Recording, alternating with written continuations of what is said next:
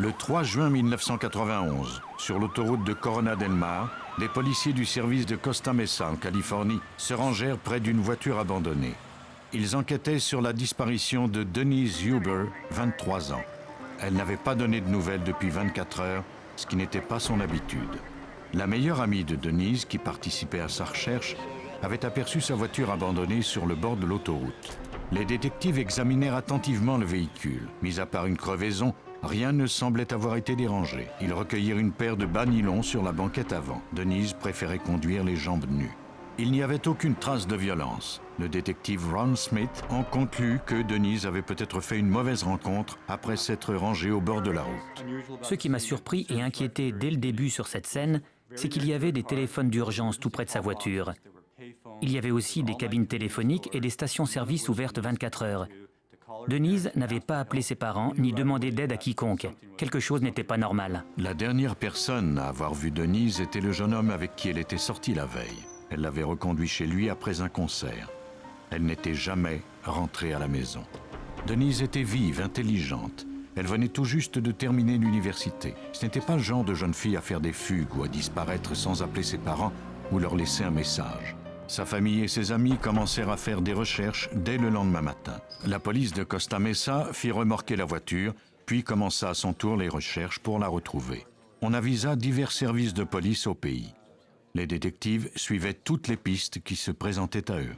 La famille de Denise fit afficher sa photo un peu partout et la fit parvenir aux stations de télévision locales qui la diffusèrent. Les mois s'écoulèrent, puis les années, sans résultat. Les policiers n'avaient cependant pas abandonné l'enquête et effectué des recherches dès qu'ils disposaient d'une piste. 3 ans s'étaient maintenant écoulés et personne ne savait ce qui était arrivé à Denise Huber.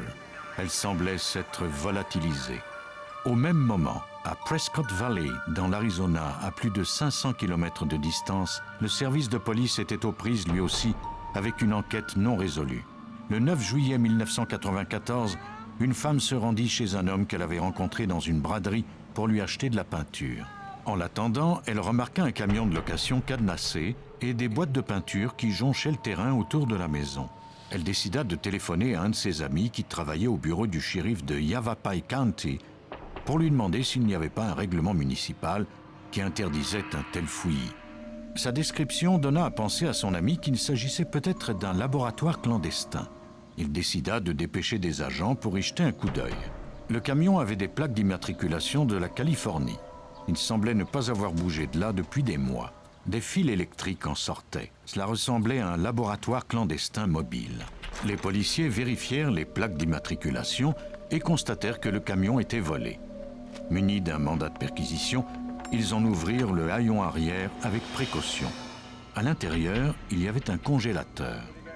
Comme les policiers ignoraient ce qu'il contenait, ils se protégèrent les yeux et la bouche.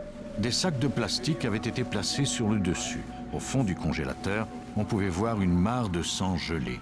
Les agents retirèrent les sacs. Ils s'attendaient à y trouver la carcasse d'un cerf. Ce fut un choc pour le lieutenant Scott Mesher. Lorsque nous avons ouvert les sacs à ordures, nous avons constaté qu'ils contenaient un humain. La victime avait été menottée dans le dos. Son corps était recouvert de givre. C'était vraiment morbide. Le propriétaire du camion n'était pas encore rentré à la maison. Les policiers vérifièrent les plaques d'immatriculation d'un pick-up blanc garé dans l'entrée. Il appartenait à un certain John Joseph Pomelero.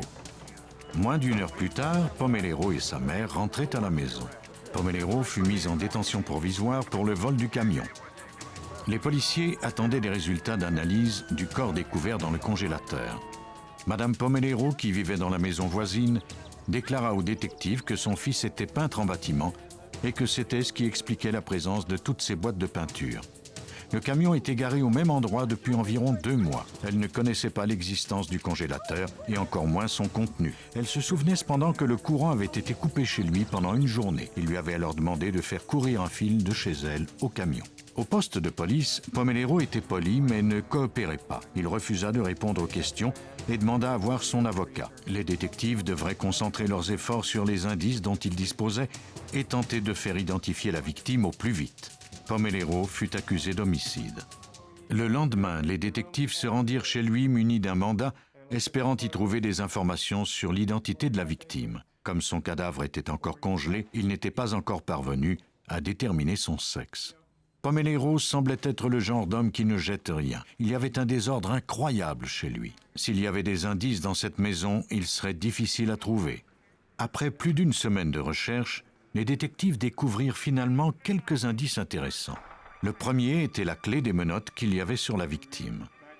Les détectives furent surpris de découvrir 2 uniformes de la police de Los Angeles. Dans le garage, il y avait 2 boîtes sur lesquelles était inscrit le mot Noël. Elles ne contenaient cependant pas de décoration. Dans l'une d'elles, il y avait des vêtements féminins et un marteau taché de sang et un pied de biche. Il y avait aussi une paire d'escarpins dont l'arrière était complètement usé, comme si celle qui les portait avait été traînée par terre. Et ce n'était pas tout. Nous avons retrouvé plusieurs cartes d'identité de femmes, dont des cartes d'assurance sociale, des permis de conduire et ainsi de suite. C'était plutôt inquiétant. Nous avions peur qu'il y ait d'autres victimes.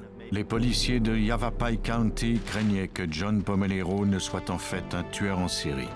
Des détectives de l'Arizona qui enquêtaient à propos d'un homicide avaient toutes les raisons de croire qu'il y avait peut-être plus d'une victime. Ils utilisèrent des chiens pour vérifier si John Pomelero avait caché d'autres corps sur sa propriété. Les chiens, formés pour repérer les odeurs de chair en décomposition, alertèrent leur maître à maintes reprises. Les agents fouillèrent le terrain mais ne découvrirent rien. Ils étaient cependant convaincus que leur suspect avait déjà tué auparavant.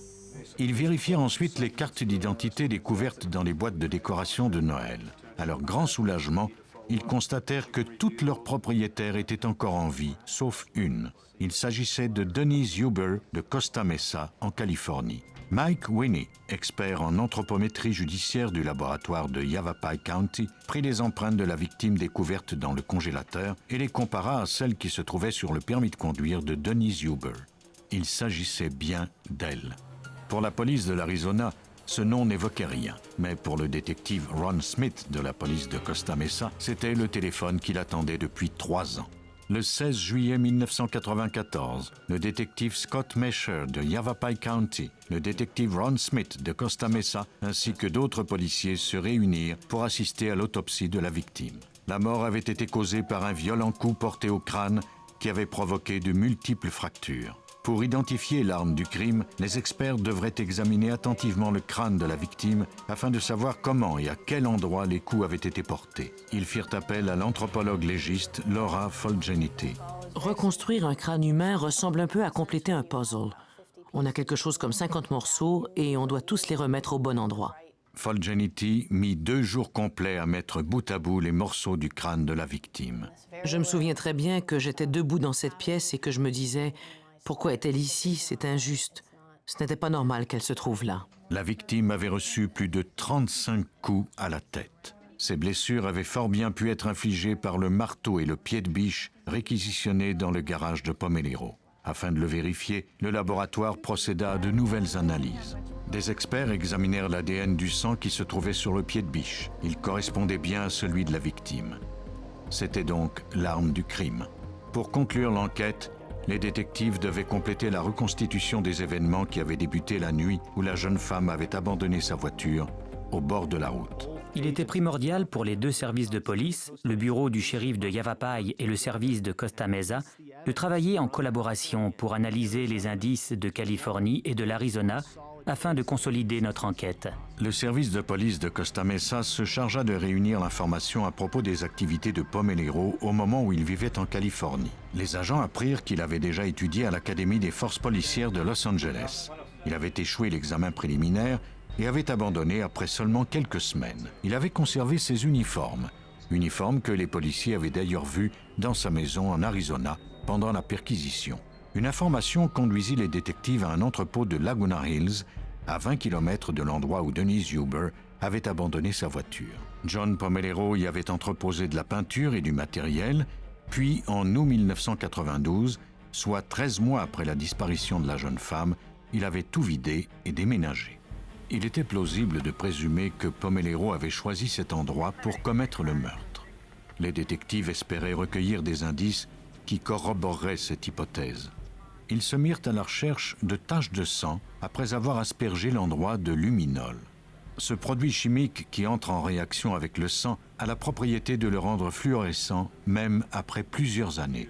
L'entrepôt était immense, mais j'ai insisté pour que chaque centimètre soit aspergé de luminol. Nous en étions à notre dernière bouteille lorsque nous en avons appliqué dans un coin contre le mur. Tout d'un coup, tout s'est illuminé. Nous avions trouvé ce que nous cherchions. Les experts comparèrent le sang recueilli dans l'entrepôt à celui de la victime. C'était le même. L'analyse fournit enfin la preuve tant attendue par le détective Smith de la police de Costa Mesa. L'apport des sciences judiciaires a été primordial. Elles nous ont non seulement permis de démontrer que le meurtre s'était produit en Californie, mais aussi qu'il s'agissait de Denise. Elles nous ont permis de prouver que la victime s'était trouvée à cet endroit. Pomelero ne passa jamais aux aveux, mais les preuves parlaient pour lui. Les enquêteurs étaient parvenus à démontrer le lien qu'il y avait entre l'entrepôt de Californie et la victime en Arizona. Et ce lien impliquait directement John Pomelero. La police croit que Denise Huber s'est rangée au bord de l'autoroute à Costa Mesa après avoir constaté qu'elle avait fait une crevaison.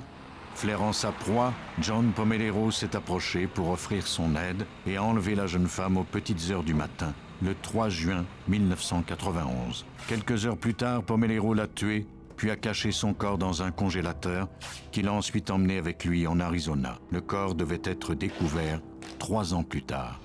John Pomelero a été condamné à mort. Il attend son exécution en Californie.